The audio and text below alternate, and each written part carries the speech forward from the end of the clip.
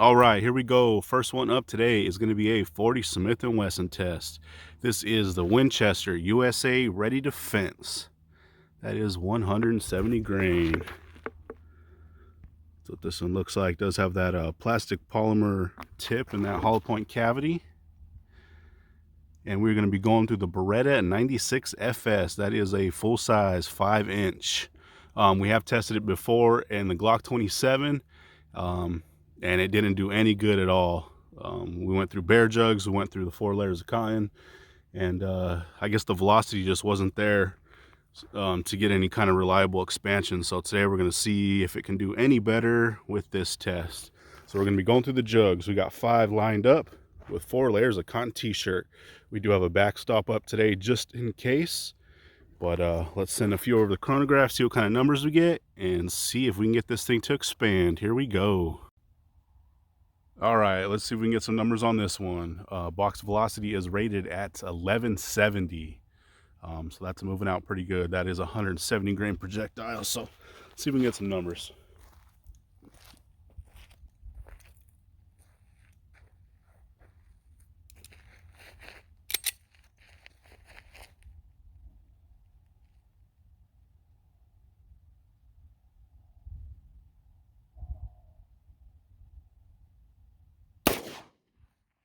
First shot, 1161.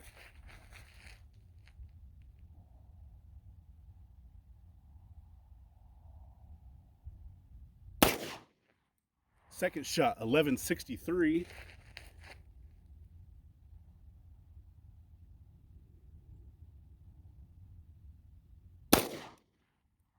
And no read.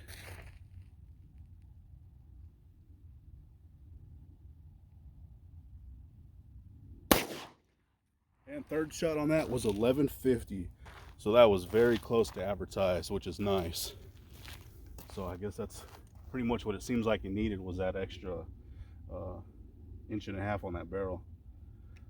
So let's see, we got a low of 1150, our high of 1163, and our average on that was 1158.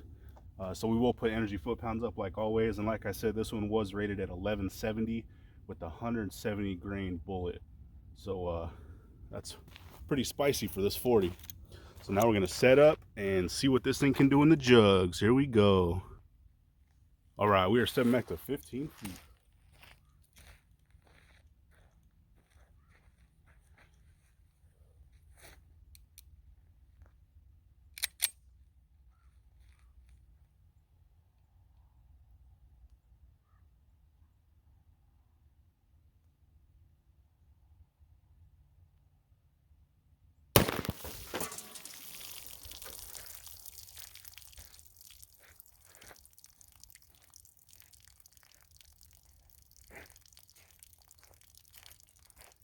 All right, let's see how we did on that one.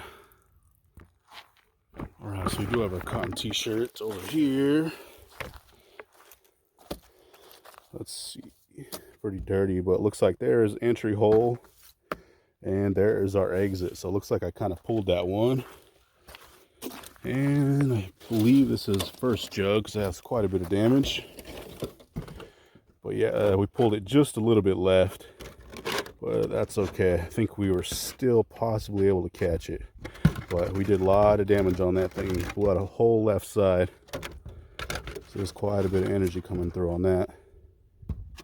So we do have entry and we do have our exit hole. That is jug number 1. We got jug number 2 also on the ground. And yeah, it looks like we're just moving a little bit left, so I did pull that shot. And we once again blew out the whole left side. And we do have a pretty good size exit. So that is jug number 2. And it actually sounds like it's rolling around here in this third jug, so that's good.